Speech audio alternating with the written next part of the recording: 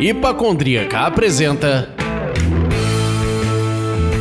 Surra de Lúpulo. Oi pessoal, aqui é a Ludmilla, mais conhecida no Instagram como Hipacondríaca, e estamos aqui para mais um Surra de Lúpulo. O episódio de hoje começa com a série especial que faremos sobre as cervejas portuguesas. Para conversar com a gente hoje, a gente está aqui com o Thiago Lopes, que é o gestor de comunicação da cervejaria Dois Corvos, e eu tive um super prazer de conhecê-los em setembro do ano passado na visita que eu fiz a Portugal. Thiago, muito obrigada por você estar aqui conversando com a gente, hein? Obrigado nós. Olá, galera. Um abraço aqui do outro lado do Atlântico. Olá, Thiago. Eu sou o Leandro e vamos pro Olá, papo. Leandro. A gente sempre começa esse programa, meus amigos, com o que cada um de nós está bebendo. Então, como eu já introduzi aqui, eu vou entregar que eu tô tomando a We Have, que é uma Strong Scotch Ale da cervejaria Bode Brown de Curitiba, grande cervejaria. E você, Thiago, tá bebendo o que por aí? Eu estou a ver uma Casamentos e Batizado, que é uma Imperial Stout feita com pastel de nata, que é um ingrediente super típico português. Foi uma colaboração que a Dois Corvos fez com a Burial, que é uma cervejeira de North Carolina. Neste momento são super trendy, são super populares, e nós conhecemos-los num festival em Barcelona e acabámos por fazer a colaboração há pouco tempo, e está aqui, é uma delícia. Nossa senhora! Leandro, vamos Bateu fechar uma a inveja tendinha aqui. agora. Não sei se já é a hora de beber Imperial Stout, mas acho que é sempre uma boa hora para beber o Imperial Stout. Com certeza. Como aqui no Rio a gente ainda tá às 3 da tarde, eu vou usar a dúvida do Thiago como desculpa, porque eu sempre chego humildão e eu tô bebendo uma Hellbeirão da Invicta, cervejaria Invicta. É uma Pilsen, uma German Pilsner de 35 de BU e 4,5 de teor alcoólico, ou seja, levinha. Inclusive eu ando bebendo muita coisa leve, né, Lud? Pois é, Levinha. Leandro, vamos pesar um pouquinho mais aí, vamos pesar. Tá bom, vou seguir a recomendação. Aguarde e confie. Isso aí.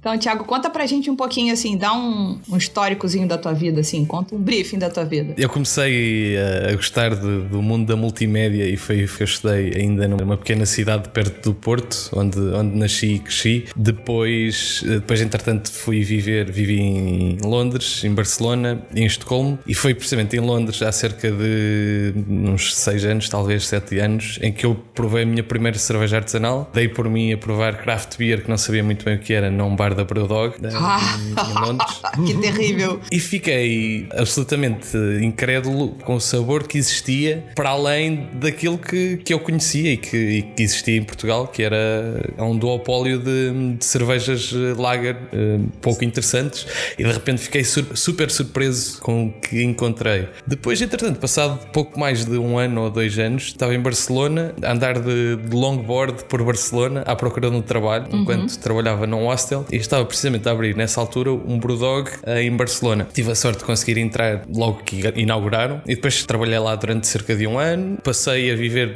na Suécia, em Estocolmo, onde continuei a trabalhar em 2 bares de Brewdog que existiam em Estocolmo, e há cerca de 3 anos vim para Lisboa, um pouco mais perto das raízes, e comecei a trabalhar na Dois Corvos, que era a minha cervejeira favorita, era e continua a ser, mas que não trabalhando ainda neste mercado, que é admirado com a qualidade da cerveja que existia em alguns festivais, nomeadamente a Dois Corvos, e tive a oportunidade de ir a uma entrevista e consegui começar a trabalhar como cervejeiro assistente. Que Muito legal. E agora você tá na parte de comunicação da Dois Corvos, né? Você entrou como cervejeiro assistente e tá agora cuidando mais da área de comunicação da empresa, não é isso? Exatamente. Quando eu entrei éramos cerca de 6 pessoas, se não me engano, e lá está, da mesma forma que eu comecei a ocupar a parte da comunicação, que era algo que eu tinha de background e de gosto, tinha colegas meus que tinham um background de microbiologia, por exemplo, e começaram também como cervejeiros assistentes a ocupar esse espaço. E eu diria que a Dois Corvos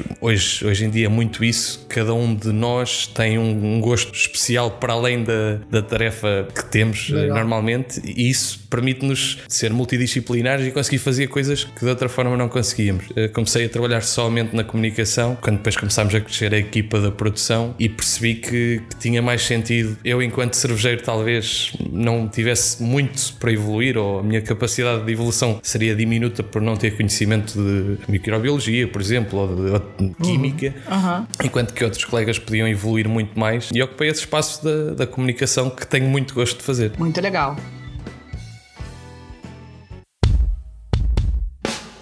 A Dois Corvos nasceu num momento difícil em Portugal, né? Como é que foi esse nascimento dela? E de lá para cá, como é o cenário atual? O que mudou? Como está acontecendo hoje? A Dois Corvos foi fundada pelo Scott Stephens e a Susana Cascais. O Scott é americano e a Susana é portuguesa. Eles são casados. Depois de viverem durante bastantes anos nos Estados Unidos, decidiram vir para Portugal, que de certa forma era um país mais tranquilo, para poder crescer os filhos de uma forma mais tranquila. Ainda não sabiam muito bem o que é que lhes esperava.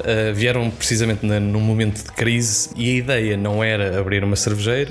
Aliás, o Scott manteve o seu trabalho dos Estados Unidos quando veio para Portugal como programador de IT, e a Susana continuou a trabalhar em agências de publicidade, precisamente por não haver quase nada, se havia alguma coisa de cerveja artesanal em Portugal. O Scott, que tinha um histórico de 20 anos de homebrew, decidiu começar a fazer cervejas em casa em Portugal.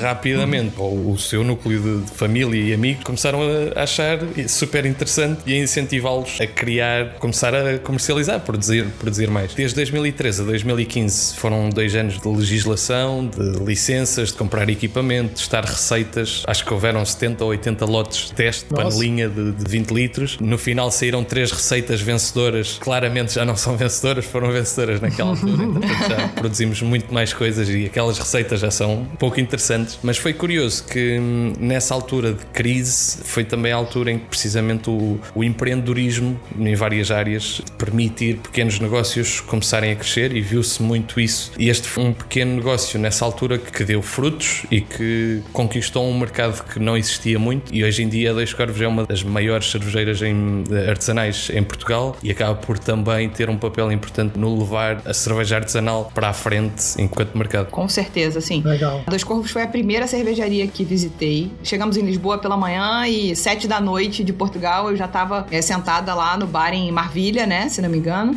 Exatamente. Uber custou bem caro para chegar até lá naquele momento.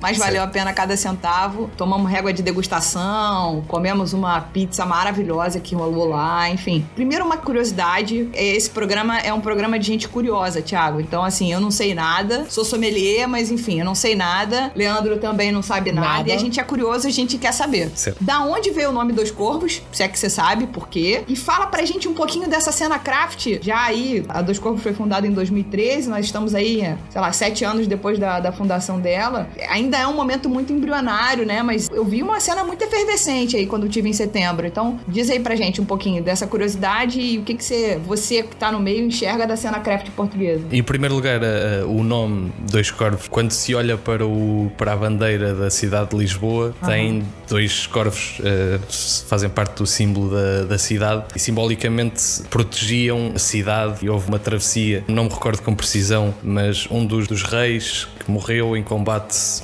talvez em Espanha, e haviam 2 corvos que acompanharam todo o trajeto a proteger o corpo deste alguém que eu não consigo recordar corretamente. Não tem problema. Mas hoje em dia o símbolo dos 2 corvos estão presentes no brasão da cidade de Lisboa, e daí a ligação. Por outro lado, em relação ao mercado que temos vindo a assistir, eu quando vim para Portugal vim em 2016, trabalhava na Suécia, que é um mercado, diria que está talvez não 10, mas 5 anos facilmente à frente do que se vê noutras coisas. Sim. No sentido em que se importa muita coisa dos Estados Unidos, o consumidor conhece, e surpreendentemente eu encontrei algumas cervejas que estavam ao mesmo nível, que eram semelhantes a nível de qualidade técnica, mas também encontrava-se muita cerveja fraca, com problemas técnicos tempos normais, naturais de um início de mercado. Muito sinceramente, de ano para ano, em festivais de cerveja, que é onde nós conseguimos ver e acompanhar melhor o que é que se faz, tem-se vindo a ver uma evolução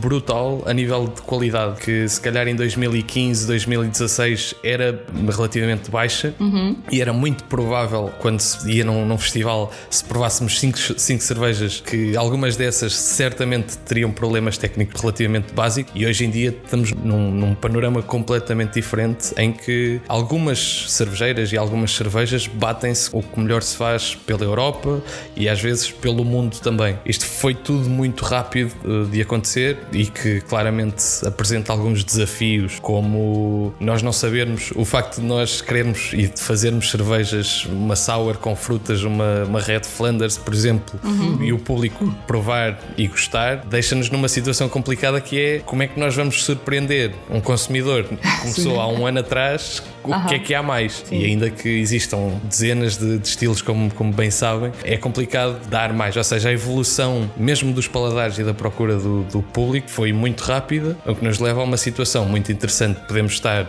a par de outros países europeus, mas por outro lado deixa-nos num dilema, o que é que vem a seguir a nível de inovação. Entendi, interessante.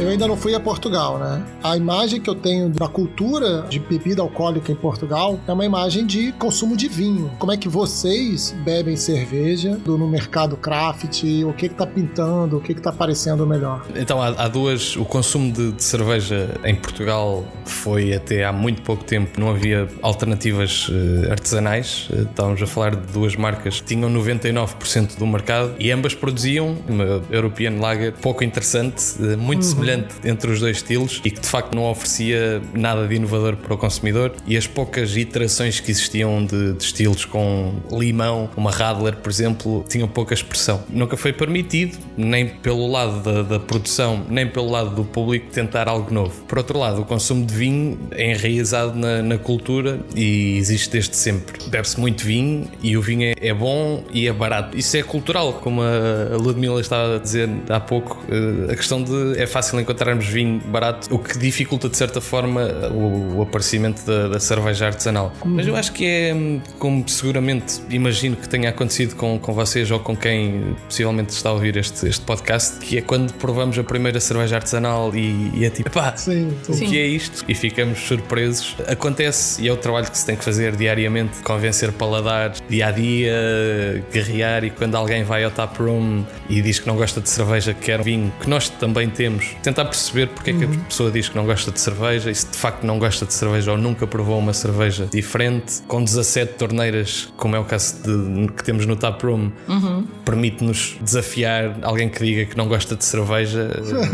É assim, pá, experimenta 2 ou 3 daqui, porque seguramente vais encontrar lá alguma coisa. E acho que o mercado do vinho não tem que ser rival, não tem que ser, pode viver par a par. O que é interessante de assistir é que quando as pessoas gostam de boas experiências gastronómicas, se tu és capaz de apreciar um bom vinho, uma boa refeição, vais ser capaz de apreciar uma boa cerveja, e depois é uma questão de escolher talvez o momento, por exemplo, escolher se queres beber cerveja ou outra coisa, mas a variedade que existe na cerveja permite ser adaptável a qualquer situação, e o mercado da cerveja artesanal tem vindo a crescer, e talvez o do vinho tenha vindo a crescer um pouco. Aqui no Brasil, eu acho que até essa entrada, ela ainda existe uma barreira, ainda tem esse fato da curiosidade, mas eu percebo que talvez no Brasil a nossa maior barreira seja preço. A principal bebida alcoólica do brasileiro ser a cerveja. Esse é o nosso hábito, né? Então talvez a nossa barreira seja até um pouco menor do que a barreira dos portugueses, de vocês, de conseguirem lidar com esse convencimento, esse desafio que você falou. Muito interessante isso, de você realmente ter que provocar a pessoa a experimentar, né? Aqui a sensação que eu tenho é, se a pessoa não estiver pagando, ela topa experimentar. Se ela estiver pagando, ela fala, por que eu vou beber um negócio que custa 20 se eu posso pagar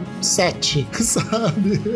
Sim, isso há sempre a questão de convencer, e é tal questão, tu a partir do momento em que vais a um restaurante melhor, eu acho que isso tem a ver um pouco com a faixa etária. À medida que nós vamos crescendo e envelhecendo um pouco e vamos valorizando experiências e não coisas, e percebemos que se gastarmos mais X reais ou X euros numa melhor experiência, de facto é o que nós levamos. Ou seja, é uma situação claramente em Portugal, como vocês sabem, a situação económica tão pouco muito favorável comparativamente com outros países europeus, por exemplo, e nesse sentido é, como dizia eu, na Suécia, entre pagar 6 euros por uma cerveja industrial ou pagar 8 euros por uma Punk IPA, não há muita diferença. No entanto, em Portugal, entre pagar 1 euro uma cerveja industrial ou 2,5 euros por uma cerveja artesanal, existe uma diferença muito maior, e é nesse sentido o maior desafio. Mas por outro lado, quem gosta de boa cerveja percebe que em vez de beber 10 cervejas, fica muito mais satisfeito com 5 boas cervejas ou 3 boas cervejas do que 10 más cervejas. O trabalho tem que ser feito todos os dias e pessoa a pessoa, e é isso que por um lado é muito interessante, mas demora bastante tempo. Sim, é um trabalho de construção, né? Não é um passe de mágica, né? Você está construindo uma nova cultura, um novo hábito, né? Muito mais devagar, né? Exatamente. O Thiago falou um negócio agora importante, que é a quantidade de bebida, quantidade de cerveja que você bebe em contraposição a quanto você gasta, né? Aqui no Brasil, a gente, no meio cervejeiro, tem uma hashtag que todo mundo usa, que é beba menos e beba melhor, que é um pouco isso, né? Tipo, você vai beber menos, mas você vai beber uma cerveja que é mais cara, ela é melhor, ela é mais cara, e até por isso você também vai beber menos, porque ela entrega mais potência, ela é mais interessante, entendeu? Não é pra você, beber litros. Quer dizer, até pode, né? Tudo vai depender. O Ministério da Saúde adverte. Beba com moderação. E por vezes acontece. Exatamente. Mas sim, de facto, a ideia não é essa. A gente aqui criou essa beba menos, beba melhor, e funciona na sua língua também. Então Exatamente. É mais ou menos a mesma coisa, né? Tipo, em vez de você tomar um barril de Sagres ou um de Superbock, venha cá tomar uma régua de degustação da Dos Corvos. Muito mais interessante. É claramente isso, e as pessoas percebem que a experiência é muito maior e muito mais satisfatória, e sem dúvida, quem experimenta percebe. Não significa que por vezes não bebas um barril de boa cerveja de qualquer das maneiras e que não haja excessos, mas a ideia é que num dia normal, sem haver excessos, tu preferes beber uma boa cerveja do que beber 3 cervejas que não são boas ou que são menos boas.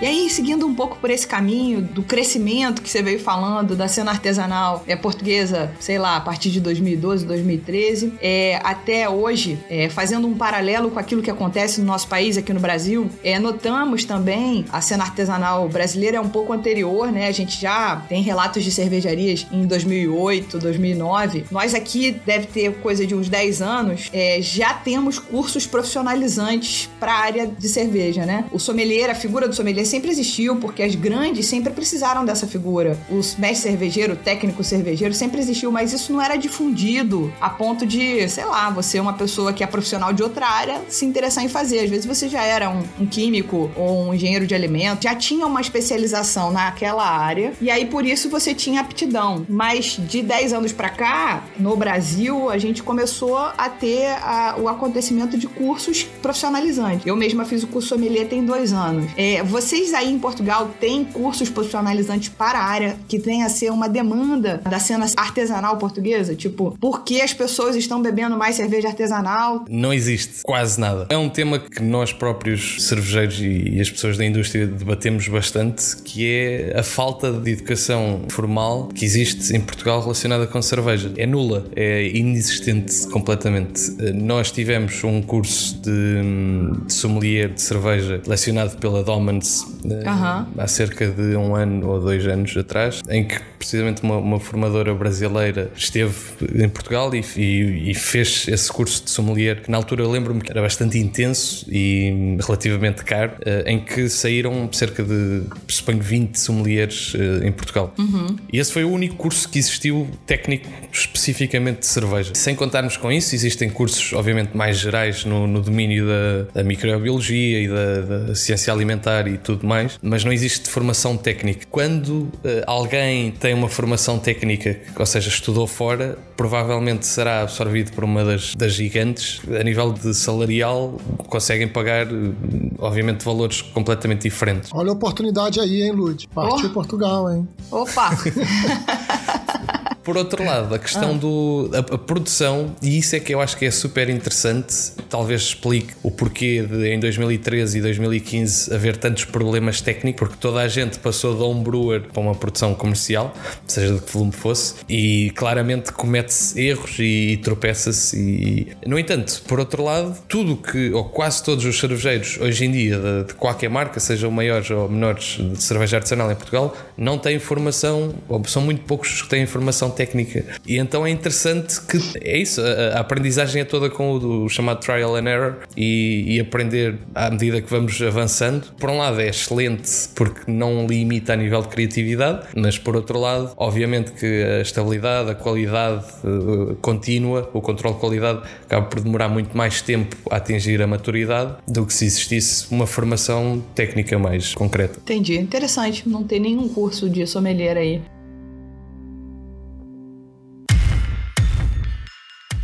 Eu tenho uma curiosidade de preço. Como é que são os preços aí do mercado cervejeiro craft, né? Uma diferença, você já falou um pouco sobre isso. E se você tem noção do percentual de público hoje de cerveja artesanal em Portugal?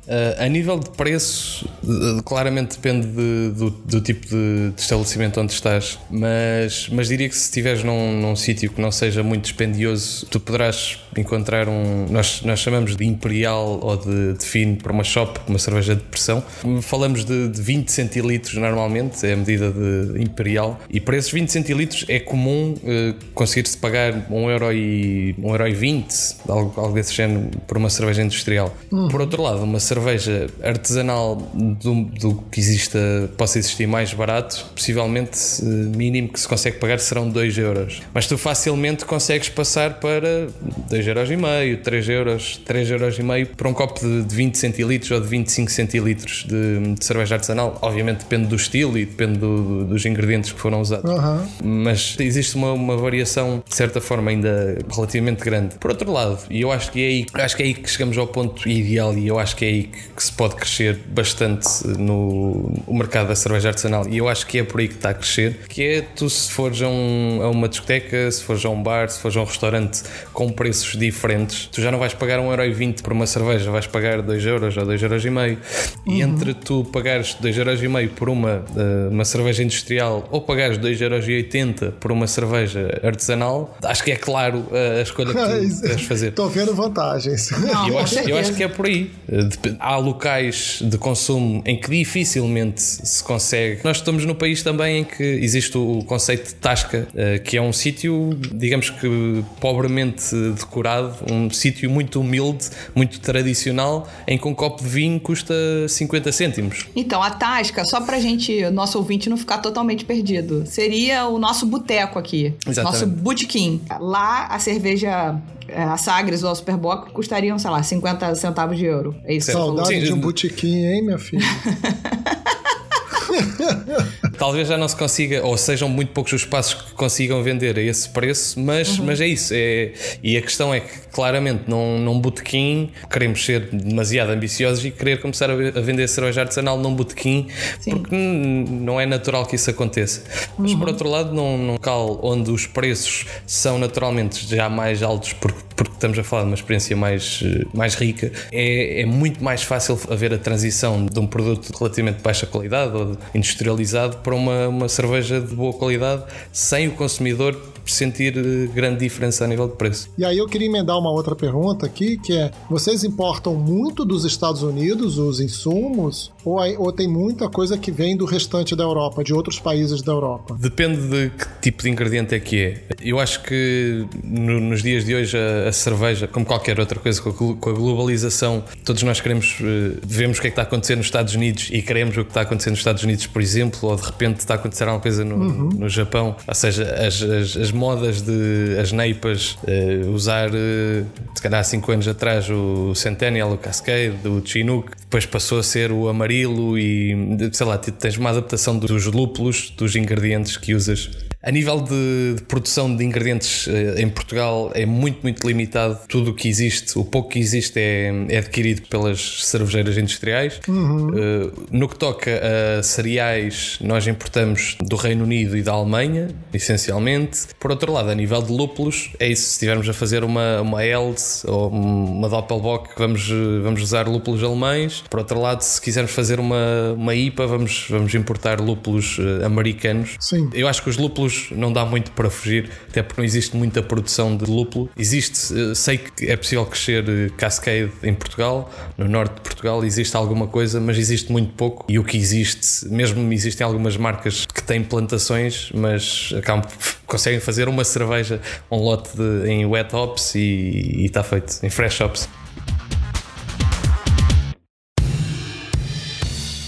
Como eu comentei no começo aqui desse nosso papo, em setembro do ano passado eu estive em Portugal e foi uma experiência maravilhosa. Em 12 ou 13 dias eu passei por 10 destinos. Pingo de juízo, a pessoa não tem nenhum juízo mesmo, assim, né? 10 cidades diferentes praticamente. Eu tive bastante dificuldade de encontrar cervejas. Se não fossem lojas especializadas ou brewpubs ou bares especializados, eu não conseguia encontrar cervejas artesanais nem importadas. Nos supermercados que estavam ao meu redor, eu só encontrava de fato aí cervejas que a gente chama aqui de mainstream, né? Tipo a Superbock, a Sagres. Eu acabei conseguindo ir num evento de colheita do lúpulo. Pode ser Vila Verde, perto de Braga. Da Letra, exatamente. Exato. Eu também estive lá. Estive lá este ano. Sim, em setembro do ano passado você estava lá também. Então a gente pode ter se esbarrado, porque eu tomei todas as cervejas que tinham lá. Pelo amor de Deus, coisa maravilhosa, copinho lindo, camiseta. Eu sou a maior consumidora de traquitana cervejeira.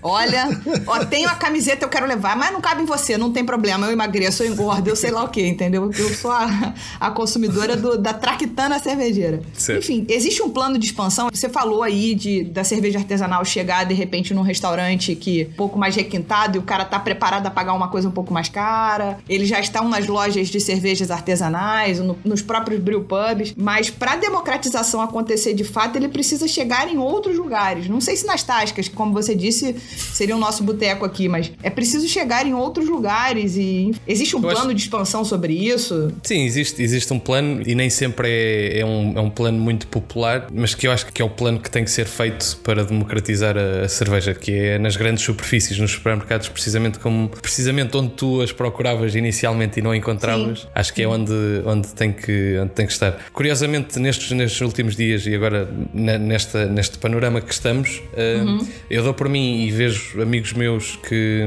se calhar há 2, 3 anos eu levava algumas cervejas da Dois Corvos ou de outras marcas e torciam um bocado a cara no sentido em que não gostavam porque era muito amargo, ou seja o que for, e hoje em dia já eles próprios me enviam fotografias de cervejas que compraram no supermercado e perguntam-me de género se são cervejas boas ou que estão a gostar simplesmente. E eu acho isso muito interessante porque é precisamente isso. Naquela altura, há 1 ano atrás ou 2 anos atrás, eu forçava a que os meus amigos gostassem de cerveja artesanal e eles não queriam, e passado 1 ou 2 anos de ter deixado lá a semente, eles próprios conseguem encontrar de alguma forma, sem grande esforço, no supermercado. E eu acho que é isso, tipo, se houvesse algum esforço de ativação, algum esforço para eles conseguirem encontrar a cerveja, eles não iam procurá-la. Mas por outro lado, o facto de estar presente no supermercado faz com que, se calhar num dia que até lhe esteja a apetecer alguma coisa diferente, numa data diferente, até arriscam.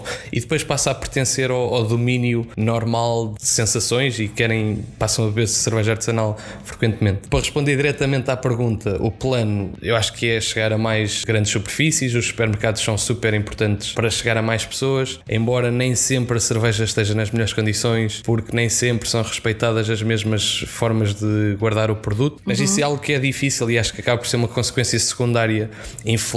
Nem sempre o consumidor tem o produto na melhor qualidade, mas por outro lado, a grande maioria das pessoas que compram cerveja numa grande superfície conseguem chegar ao produto sem dificuldade e é aí que se consegue criar mercado. Obviamente que as cervejas que estão presentes numa grande superfície acabam por ser cervejas mais simples, de entrada, digamos assim, e depois, à medida que as pessoas vão gostando, naturalmente vão procurando mais sabores e é aí que entram os bares de especialidade, restaurantes com beer sommeliers, com com pessoas que conhecem os produtos e conseguem conduzir uma experiência muito mais rica. Sem dúvida, é importantíssimo. Aqui no Brasil a gente já sente uma mudança nesse paradigma, a gente já consegue encontrar boas cervejas artesanais no supermercado, óbvio que também nos bares especializados ou nos brewpubs, enfim, mas o supermercado já virou um lugar onde você consegue comprar talvez uma meia dúzia, 10 rótulos de boas cervejas artesanais. Isso fez muita diferença para o mercado de uma maneira geral. Então espero que vocês consigam alcançar esse lugar também, né? Porque dá mais poder para o consumidor. A dificuldade que existe, como tu dizias, vais a um supermercado e de facto tens um corredor cheio de cervejas, mas claramente é dominado pelas cervejeiras industriais. E respondendo à pergunta que tu fazias, Leandro, há pouco tempo da percentagem que existe do mercado, eu diria que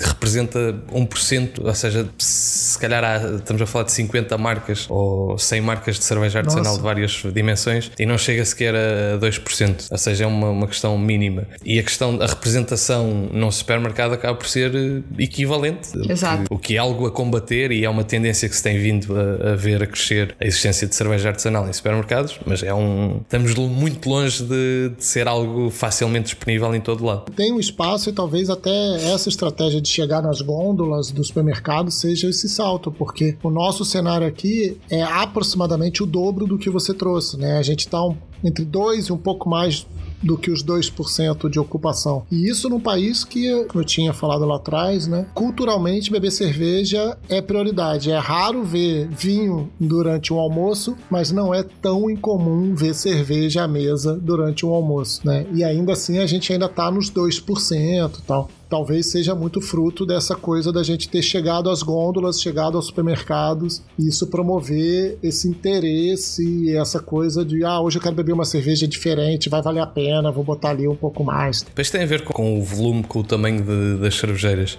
A Dois Corvos neste momento temos 17 colaboradores, 17 pessoas que trabalham na Dois Corvos e deverá haver, eu suponho que umas 5 cervejeiras da mesma dimensão a todas as outras, ou a maior parte das outras estamos a falar de muito menos colaboradores e consequentemente menor volume. E depois também é essa a questão, ou seja, claramente se todos estivéssemos a escoar todo o produto simplesmente crescíamos, mas a tendência tem vindo a ser essa, o crescimento natural. Eu acho que existindo cada vez mais cervejeiras a arriscarem mais, com um tamanho maior, aceitar de certa forma o cenário menos ideal que é ter a cerveja num supermercado pode não ser o sítio ideal, no sentido em que se nós temos a cerveja num bar de cerveja artesanal, sabemos que a pessoa que está por trás do balcão recomenda a cerveja da melhor forma, conhece o produto, e num supermercado nunca teremos isso, nem sempre o consumidor tem a cerveja nas melhores condições, mas trata-se de uma consequência infeliz de existir no supermercado, mas eu acho que até as próprias cervejeiras acabam por perceber que é uma necessidade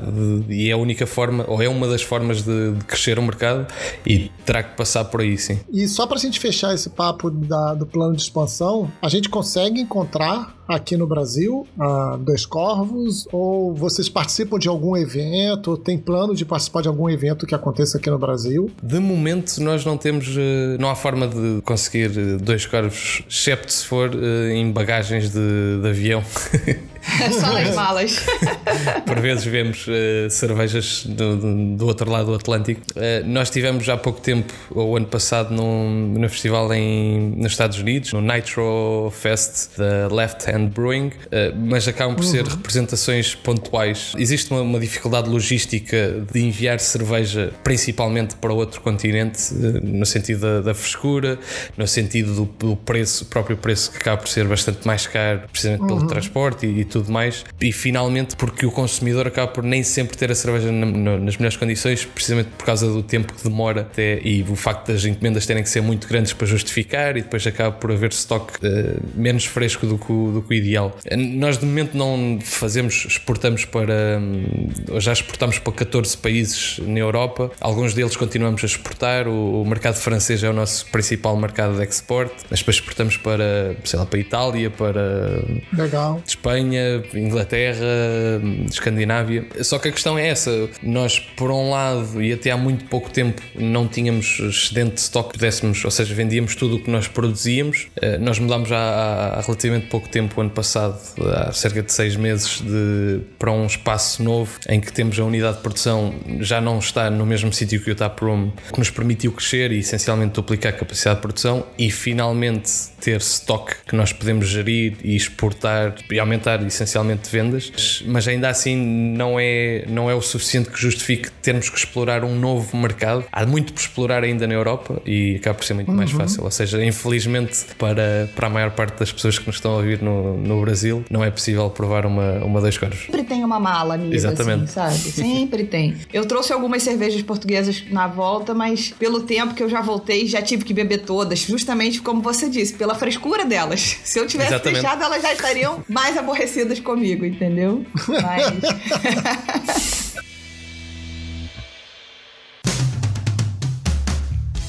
Queria saber curiosidades da Dois Corvos, surpresa, o que vocês estão pensando, rótulos novos, o que você tem para contar aí pra gente, que já possa ser publicado.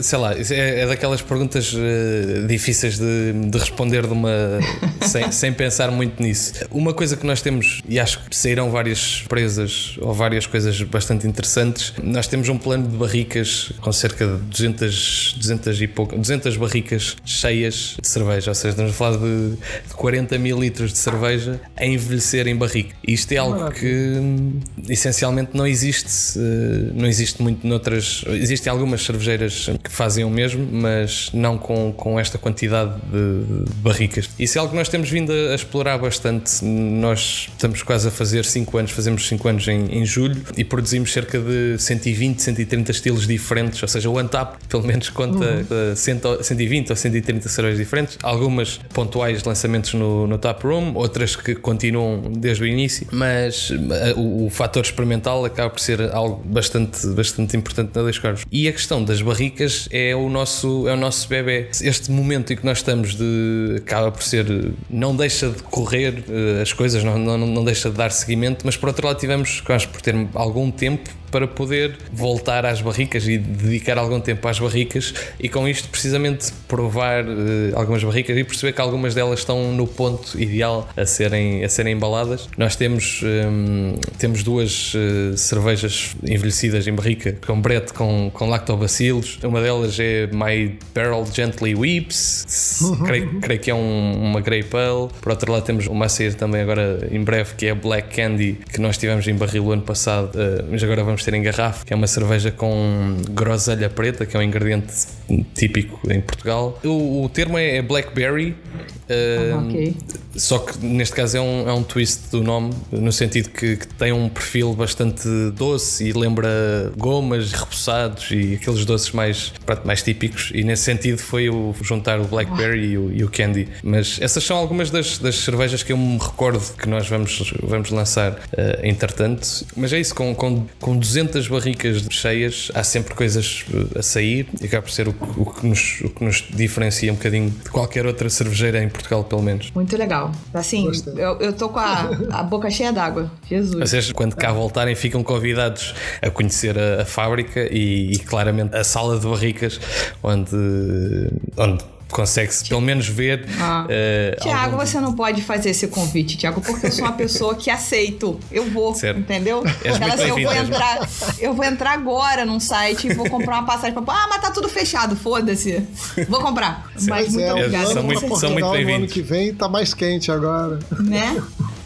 Agora me conta uma coisa, Tiago, você veio aqui nessa disponibilidade incrível em falar com a gente, contou pra gente que você também tem um podcast que se chama Quem Bebe por Gosto. Exatamente. Conte pra gente quanto tempo ele tem, como é que funciona, como é que não é, dá endereço, dá tudo pra galera, sei lá, a gente tem 10 ouvintes que são fiéis e que vão virar ouvintes fiéis também do que Quem Bebe por Gosto. Conta pra gente. Muito bem, o Quem Bebe por Gosto é um podcast que sai quinzenalmente, que é tão forte formato de entrevista e que cumpre o propósito essencialmente de dar a conhecer as histórias das pessoas que trabalham na indústria, ou pelo menos assim foi na primeira temporada. O podcast começou há cerca de um ano e 3 meses e já tem cerca de 30 episódios já lançados, e a ideia era precisamente essa. Eu, por trabalhar na Dois Corvos e acabar por ser, neste quarteirão, por exemplo, existem 4 cervejeiras neste momento e existe um polo que se forma naturalmente,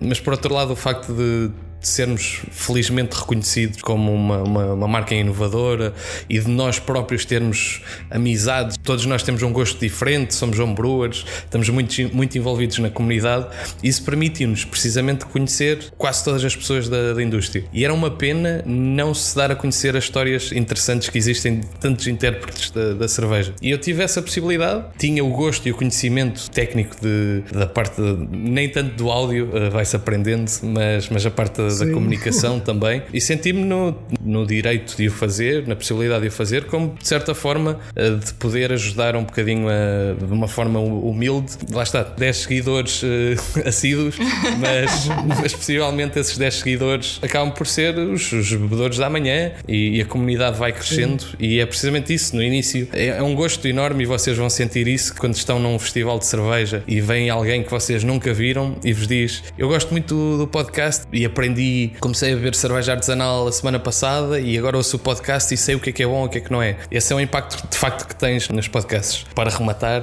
podem ouvir no Spotify, no iTunes, nas plataformas de podcast, ou também no YouTube, procurando Quem Bebe por Gosto, onde o podcast tem também vídeo. E agora, durante este período de quarentena, saem uns pequenos sketches humorísticos com alguns clichês dos beer geeks e os beer noobs, os que não conhecem tanto, para chegar a bocadinho aos vários públicos e aproximar os beer geeks excessivos de quem não tem tanto conhecimento, mas tem gosto, e acabo por eu próprio aparecendo 2 vezes com figurinos diferentes, colocando quem não conhece, fazendo as perguntas que seria estranho fazer de outra forma, e assim acabam por ser respondidas, e como tem uma conotação de um certo toque humorístico, acaba por ser fácil para pessoas ouvirem e ficarem a conhecer um bocadinho mais da cerveja artesanal. Com certeza. Legal. Eu mesma virarei agora ouvinte, vou virar 11ª ouvinte e obrigado, vou entrar no YouTube, com certeza, porque fiquei muito curiosa com as sketches que você falou. Thiago, eu queria agradecer muito a sua disposição de falar conosco, foi maravilhoso conhecer um pouco mais da Dois Corvos. Volte sempre, vamos fazer mais intercâmbios Brasil-Portugal, né? Obrigado desde já pelo convite, em nome da Dois Corvos e em nome pessoal também. É um prazer sempre podermos dar um bocadinho, neste caso não conseguimos dar a provar a cerveja literalmente, mas dar a conhecer um bocadinho o que se faz, e o facto de nós partilharmos a mesma língua. Não sei se foi fácil de me perceber em todos os momentos. Mais ou menos. Mas o facto de nós partilharmos a mesma língua permite-nos e deve precisamente incentivar a que partilhemos também informação. Vocês têm um mercado muito mais evoluído do que o nosso, ou relativamente mais evoluído que o nosso, e é possível partilharmos conhecimento não só a nível de homebrewing como a nível de comunicação, a todos os níveis, e já que temos esta facilidade de linguística, podemos de facto usufruir dela, e acho que tem todo sentido haver momentos como este, e agradeço imenso podermos dar a conhecer um bocadinho das nossas pessoas e as nossas marcas e os nossos mercados, e desejo muita sorte para este podcast. Muito obrigada. Muito obrigado, e eu agradeço 2 vezes também pela presença e por essa boa sorte aí, carinhoso do coração. Realmente, assim, a gente tem a mesma língua, não foi tão difícil. Na verdade, eu que não tenho o hábito muito de conversar e ouvir o português raiz, né? Não achei difícil, foi fácil. Eu espero que nossos ouvintes também não tenham encontrado dificuldade nisso, porque foi muito bom o papo, gostei bastante. Obrigado, Thiago. Ainda bem. Então, pessoal, você que acabou de ouvir esse programa, devia agora ir direto para a sua adega e pegar uma cerveja que mexeu com seu coração depois que você ouviu o Thiago Lopes, gestor de comunicação da Dois Corvos. Pega uma cerveja diferente, pega aquela que você tá guardando há muito tempo. Não, brincadeira, ainda não mexe nessa não, deixa mais um pouco. Cerveja de guarda é bom respeitar. Pega uma cerveja diferente, bebe, posta marcando a Hipacondríaca, que a gente vai repostar. Eu quero saber dessa interação com vocês, hein? Valeu, pessoal. Valeu, obrigado. Beijos. O Surra de Lúpulo faz parte da iniciativa Podcasters Unidos. É uma iniciativa com o objetivo de divulgar podcasters que estão começando ou são undergrounds. Entra lá no @Podcasters Unidos e conheça outros podcasts que fazem parte desta iniciativa. É muito importante para manter a nossa roda girando. Um grande abraço e obrigado.